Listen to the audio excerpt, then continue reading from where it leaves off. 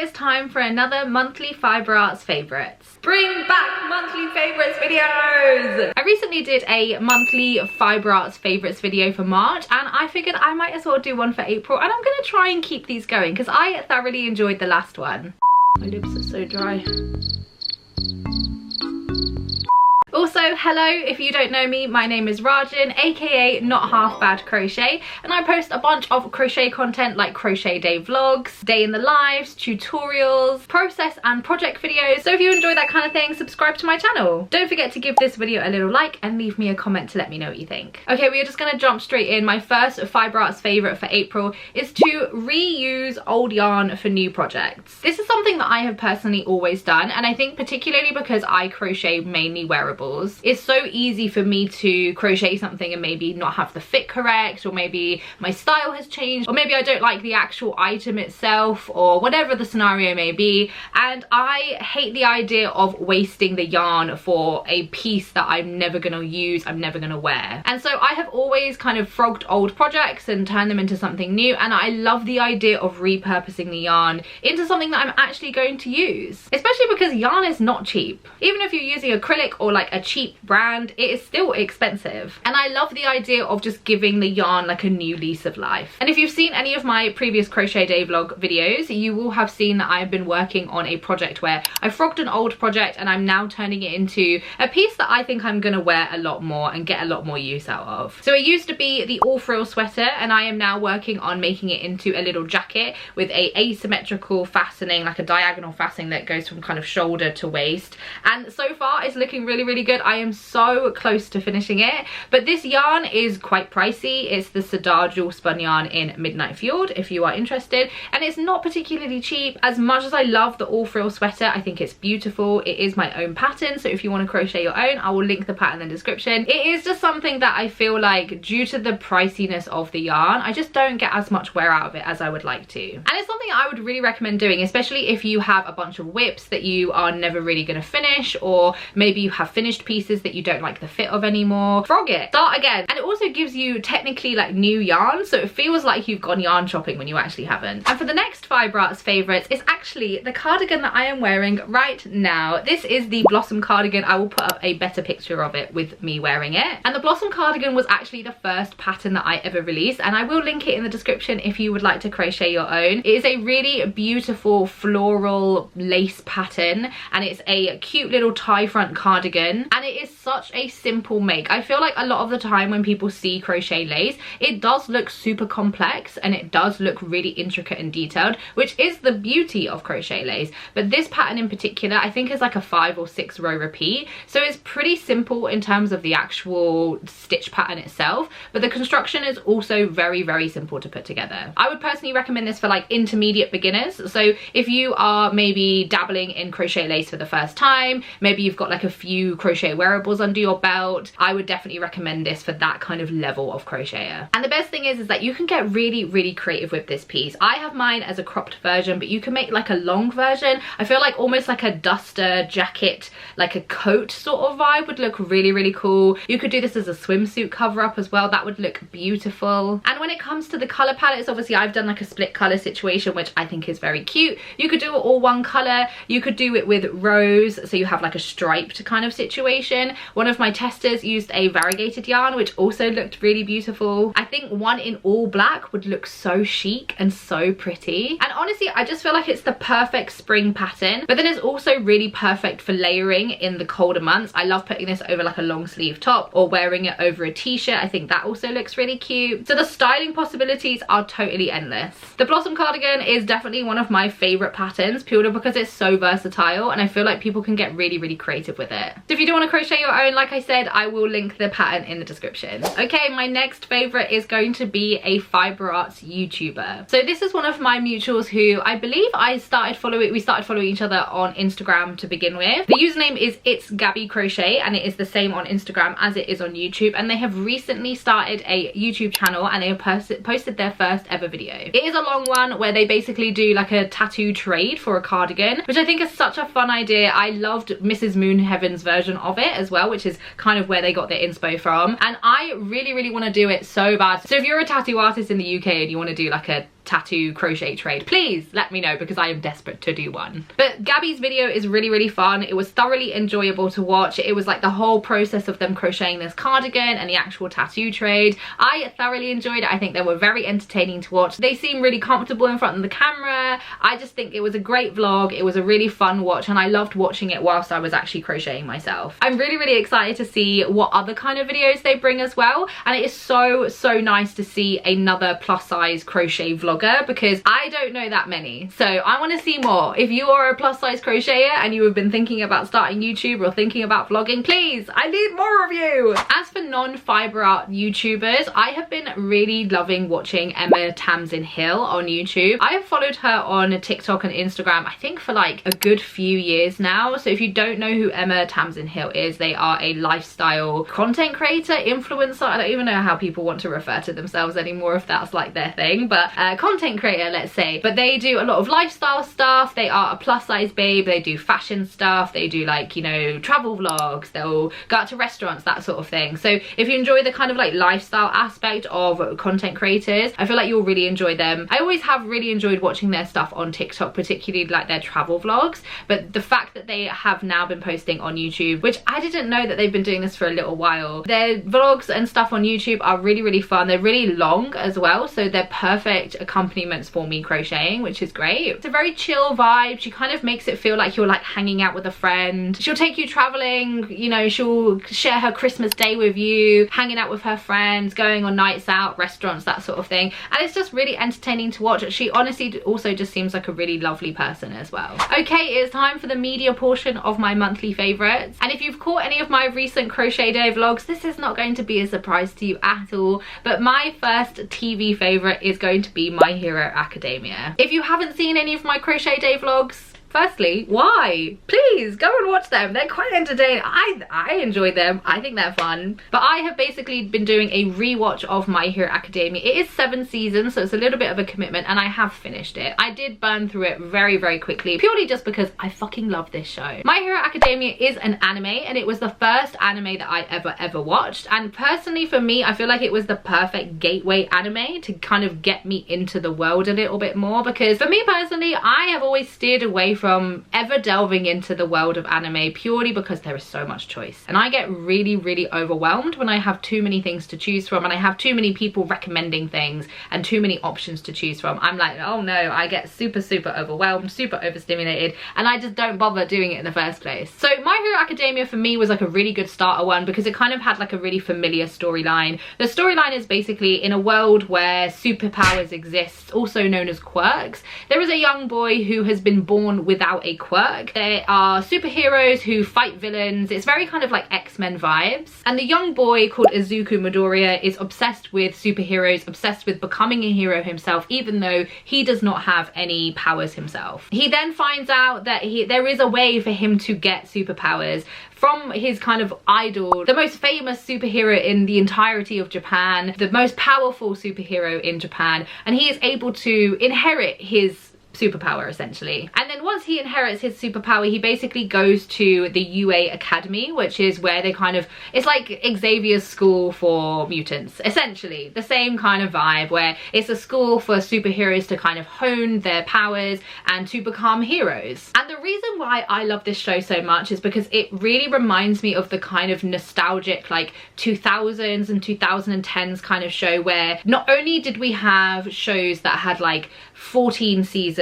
15 seasons, and each season had like 24 episodes per season. It not only feels like that because that is kind of what it's like, where you get a lot of episodes and a lot of seasons, but it also feels like that because you're able to really kind of connect with the characters along the way. If you love shows like The Walking Dead and One Tree Hill and Grey's Anatomy, and really long-standing shows where you really kind of see the character development and the growth of each individual character, you can really connect with each character because they're able to show you so much of each individual character. This is definitely going to be a kind of show that you enjoy. And for me personally, I love the kind of emotional connection that you get with each individual character in any TV show. So My Hero Academia is perfect for me because I love seeing the growth. It's one of those shows where at the beginning you'll hate a certain character and then you just see them grow and mature and you end up loving them at the end. That's the kind of vibe that it gives. The main characters are obviously all children because they are going to this school, but there are 20 of the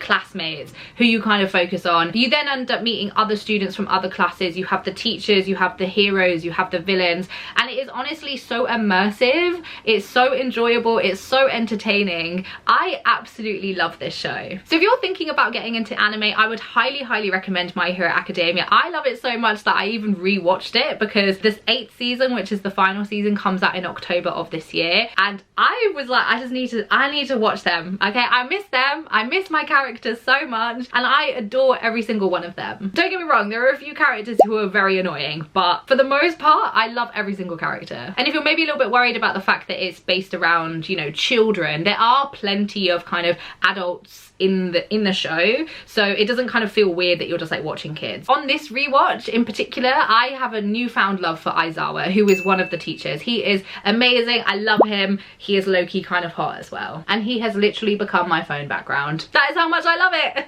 So My Hero Academia will be my first TV recommendation, to the surprise of absolutely no one, and purely because I feel like I need to talk about another show, because if you've watched my Crochet Day vlogs, I have been banging on about My Hero Academia a lot. So I really want to also recommend Solo Leveling. It is also an anime and it is absolutely brilliant. I don't really want to give too much away in terms of the storyline because the first episode and the first few episodes really just fucking blew my mind, and I feel like for me personally that's one of my favorite things about anime, because I am autistic, I have great pattern recognition skills, and there are so many shows which they definitely have their place, they are definitely great in their own way, but there are so many shows where I can kind of predict what's going to happen and I can kind of see the sequence of events. I'm like, oh okay, this is probably going to be what happens, and I'm not trying to figure it out. I'm not trying to do up a detective and figure out the sequence of events. It's just how my brain works. And so my favorite thing about anime is that I have not been able to predict a single thing. Every single thing that has happened in every single anime I've watched has been a complete shock to me. And if you're also autistic, maybe you also have really good pattern recognition skills. It's very hard to find. So the fact that I get to watch this show and completely switch off my brain and let the makers of the show and the, you know, the writers of the show, let their intentions kind of wash over me as I experience everything that's happening, is so enjoyable for me, and it's basically everything that I've always wanted from TV and movies. Solo Leveling, to kind of give you like a rough idea, is basically, it's set in a world where there are these gates that open up across the world, and in these gates are these kind of like magical creatures who are usually bad. They usually want to come into the human world to create some sort of chaos, maybe take it over. They're kind of aliens essentially, and so there are set people who go into these gates to kill these demons, aliens, whatever you want to call them, and whilst they're there they are also able to obtain this like crystal that is worth a lot of money, and so that's the kind of incentive for them going into these gates. And we kind of follow our main character, who is very dweeby, he's not very powerful, he's very low ranked, and he's just like a bit fucking useless. But again, it's a really great one for the character development and to see the growth of the characters. It's really fun, and honestly the characters in this are just so fucking cool. Like if I saw you in real life, I don't know how I would behave, purely because I don't think I've ever witnessed anybody that cool in my life. Some of the lines in this show, I was screaming. I was literally running around my living room screaming. It was so fucking cool and so fucking good. I would really recommend watching this show. But definitely try and go into it as blind as possible, because I didn't know anything about this show. I just heard people talking about it. Me and my partner watched the first few episodes and our jaws were on the fucking floor. So if you're into anime and you haven't watched Solo Leveling yet, please give it a go. It has become one of my favorites very quickly. And as for movie recommendations, this is probably not going to be a surprise to anyone, but I am absolutely going to recommend Sinners. This is another movie that I would really recommend going into as blind as possible. Absolutely do not watch the trailer for this movie because I feel like they give a lot of spoilers. I luckily did not watch the trailer because I have this thing where I hate watching movie trailers for movies that I know I'm going to watch anyway, because there's this weird fucking epidemic where movie trailers will be like 4 minutes long and basically show you the entirety of the fucking movie in the whole trailer. So for me personally, if I know I'm going to watch it, I won't watch the trailer, or maybe if I want to know what the storyline is about, I'll just kind of watch watch the first 30 seconds of the trailer and that will kind of sell me on whether I actually want to watch it or not. Anyway, Sinners is basically about vampires, and I think that's all I'm gonna say. But the way this movie is so brilliantly done, I literally cannot get over it. But the casting is absolutely amazing. It's got Michael B. Jordan, it's got Wunmi Asako, I think her name is, it's got Haley Steinfeld, it's got Jack O'Connell, I think his name is, the guy who used to play Cook from Skins. I love that he's in this. I absolutely love that he's in this because I used to fancy Cook so bad. But this is a great movie. The music is fantastic, cinematography is beautiful, it is beautifully shot, the locations are really stunning, costuming is amazing, the performances from every single actor in this movie is just insane, so fucking good. It's also directed by Ryan Coogler, who directed the Black Panther movies, he directed the Creed movies. This film is phenomenal, truly so fucking good. I actually think it's my favorite movie I've watched so far this year, and it's a 5 stars, easily 5 stars from me. It also has such a great comedy element to it as well. It's so witty and it's really charming, and it kind of feels familiar. I think because obviously we have the storyline surrounding the vampires. If you know vampire lore, you know like certain rules that vampires have, blah blah blah. Like, it kind of feels familiar, but it's so interesting and new and unique and special that it's comforting in a way because it has that familiarity of the vampires. I would absolutely recommend watching this, particularly at the cinema. If not, oh my god, you need to watch it regardless. It's so fucking good. As my final kind of fibre arts related favourites, I want to talk about colour. And I'm not talking about like, I'm not talking about colour, but I want to talk about colour in terms of putting together a colour palette. Sorry, that was so... I want to talk about like a colour palette and curating a colour palette, kind of making clothes in certain colours. There is a TikToker whose name I cannot remember, but I will put their page on the screen, and they've been doing like a bunch of videos recently about kind of colour when it comes to making crochet and knit wearables. It is a really interesting topic, a really interesting discussion, something that I've never really heard a lot of people talk about. And as somebody who, you know, wears a lot of colour, if you've seen any of my videos, you know I love a fun and bright colour palette. I love putting together a colour palette, and I feel like sometimes when it comes to crochet and sometimes when it comes to knit, there's this real divide when it comes to curating a colour palette and curating something fun, but that's also wearable. And I may make a separate video about this, so if that is something that you're interested in, let me know. But I personally love being able to curate a particular colour palette, and I love putting kind of unconventional colours together because that's just the things that I wear. That's the kind of colour palettes that I gravitate towards, and I love doing it in an intentional way. And I think there's this kind of conversation between knits being very neutral colour palettes and quote unquote boring, and then crochet having very bright and fun colour palettes, quote unquote clownish. I don't see that as a bad thing. I mean, I literally have a sweater called the Clown Jewel sweater, which is great, and I personally fucking love that colour palette. But I think that there is a kind of skill in terms of putting a colour palette together that is not only wearable in the sense of that it looks good together, but something that you can kind of implement quite simply into your wardrobe. Personally, I love looking to Pinterest for colour palettes, and I use these kind of images to help me put together a colour palette. I don't necessarily follow them kind of individual colour for individual colour, but they're a really good starting place because I know that there are a lot of people who struggle to put together a colour palette that they like and also something that they can see themselves wearing. And like I said, I really want to delve into this a little bit more, so I may make it like a whole separate video because I feel like there's a lot of elements in terms of putting together a really good colour palette, and that's kind of how I build a really intentional colour palette or colour story for a piece. So yeah, let me know if that's something that you might find interesting. It'll probably be like a little bit of advice on how I go about putting together a colour palette for my pieces,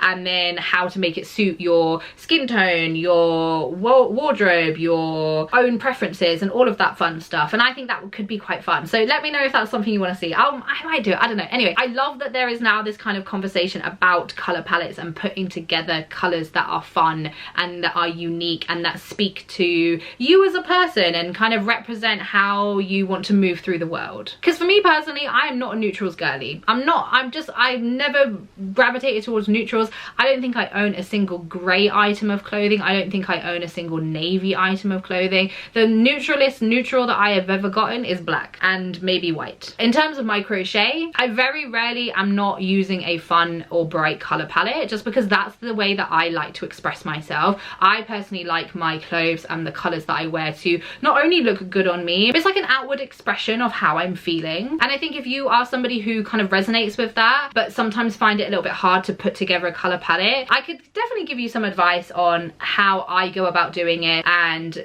choosing palettes that suit my skin tone and all the rest of it. And I just personally find it really fun. I feel like I could go on a really long tangent when it comes to choosing a color palette and choosing a color story and making it work for you and implementing it into your wardrobe, all the rest of it. So I may do another video on this because I think it's a really interesting topic, and I love the fact that this creator is talking about it. And I think from there, I'm sure there's going to be like a lot of other conversations surrounding it. But yeah, that is all of my fibre arts favorites. Thanks so much for hanging out with me. I hope you enjoyed watching this video, and let me know what your fibre arts favorites are this month. Let me know what TV shows you're watching, what movies you're recommending. I would love to hear them. If you enjoyed this video, give it a little like and leave me a comment to let me know what you think, and of course subscribe to my channel so you don't miss out on any future videos. Thanks so much for hanging out with me, and I will hopefully see you on the next one.